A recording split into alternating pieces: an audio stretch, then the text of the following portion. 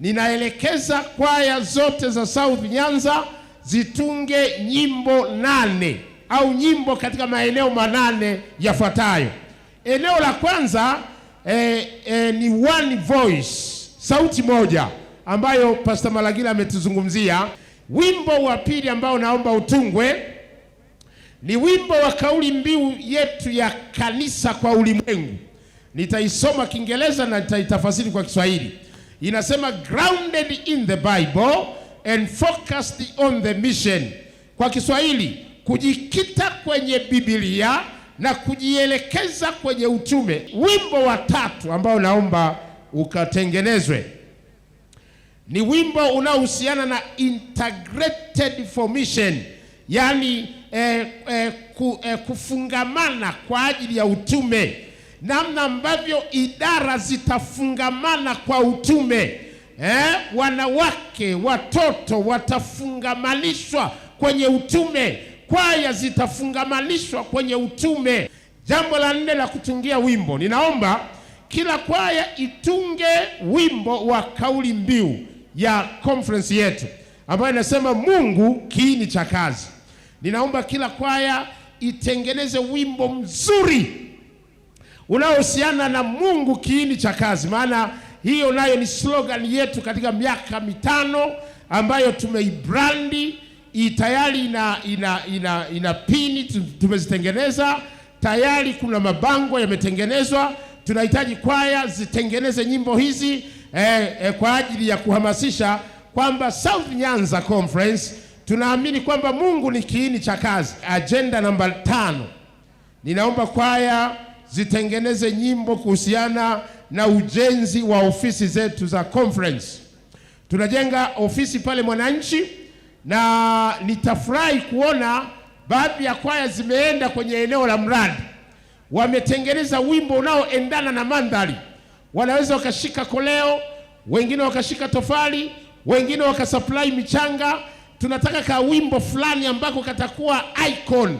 Kwa hiyo kila kwaya itunge wimbo wa kuhamasisha ujenzi wa ofisi zetu. Tunazijenga, ifikapo mwezi wa 12 tunatamani ofisi ziwe zimekamilika. Lakini wimbo mwingine ambao ninaomba muweze kutengeneza ni wimbo unaozungumzia habari ya South Nyanza Conference. South Nyanza Conference kwa sasa, tengeneza wimbo unaohusiana na South Nyanza Conference, territory yake, lakini pia maeneo yake, lakini pia headquarter yake iko wapi, lakini pia nini ambacho tuna focus. Unaweza ukataja pia waliowahi kuwa viongozi huko nyuma na kadhalika. Unaweza ukatengeneza kwa namna fulani kanakohusiana na South Nyanza. Jambo lingine ambalo ninaomba tukalitengenezee wimbo ni kuhusiana na makambi, mikutano ya makambi. Mikutano ya makambi. Tutaanza makambi yetu mwezi wa 6, wiki ya pili kama sio ya 3. Tunaomba kila kwaya itengeneze wimbo wa makambi. Kwa nini sherehe za makambi?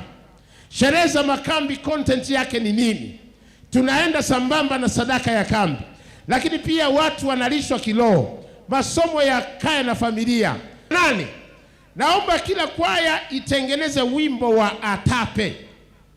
ATAPE, chama cha wajasiriamali na wanataaluma wa Adventista wa Sabato.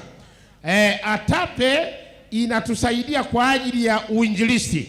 Kwa ninaomba kila kwaya katika benki ya nyimbo zake watengeneze wimbo unaohusiana na namna ya kuwaunganisha wajasiriamali na wanataaluma wa Adventista wa Sabato kwa ajili ya kazi ya utume. Mwisho, naomba niongeze package ya mwisho namba 9. Mtatengeneza nyimbo zinazohusiana na misisitizo ya kanisa letu kwa union. Iko 5 na mimi nitaitaja hapa misisitizo 5 inayohusiana na union yetu ya kaskazini. Namba 1 katika misisitizo 5 ni kuongeza idadi ya washiriki wawe mara 2 zaidi, kudabo washiriki. Katika hilo naomba kila kwaya itengeneze of course tunasema sasa ni wimbo wa misisitizo. Kwa hiyo ina maana beti la kwanza linaweza likadili na kuongeza idadi ya washiriki wawe mara 2 zaidi ikifika 20-30. Lakini msisitizo namba 2 ni kuongeza idadi ya waaminifu wawe wafike 100%.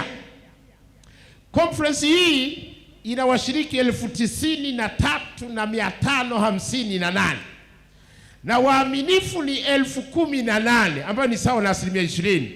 Tunatamani waaminifu wafike 100% baada ya 20-30. Of course kuna percent zinazoongezeka kila mwaka.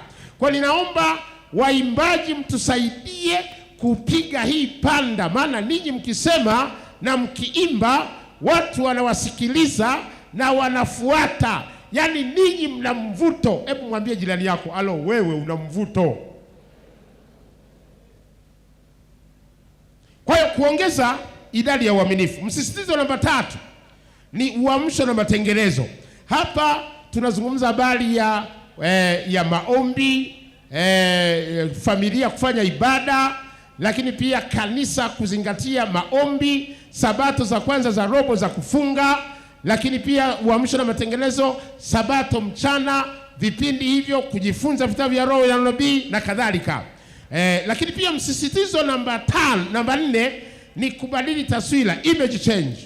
Hapo napo unaweza ukaweka beti linalojitegemea, kubadili taswira, muonekano wa majengo yetu, visima vya ubatizo, vibweta vyetu, background hapa nyuma kwenye kiambaza kibweta, lakini pia PA system nzuri. Hayo mambo ya kubadili taswira, muonekano na kadhalika.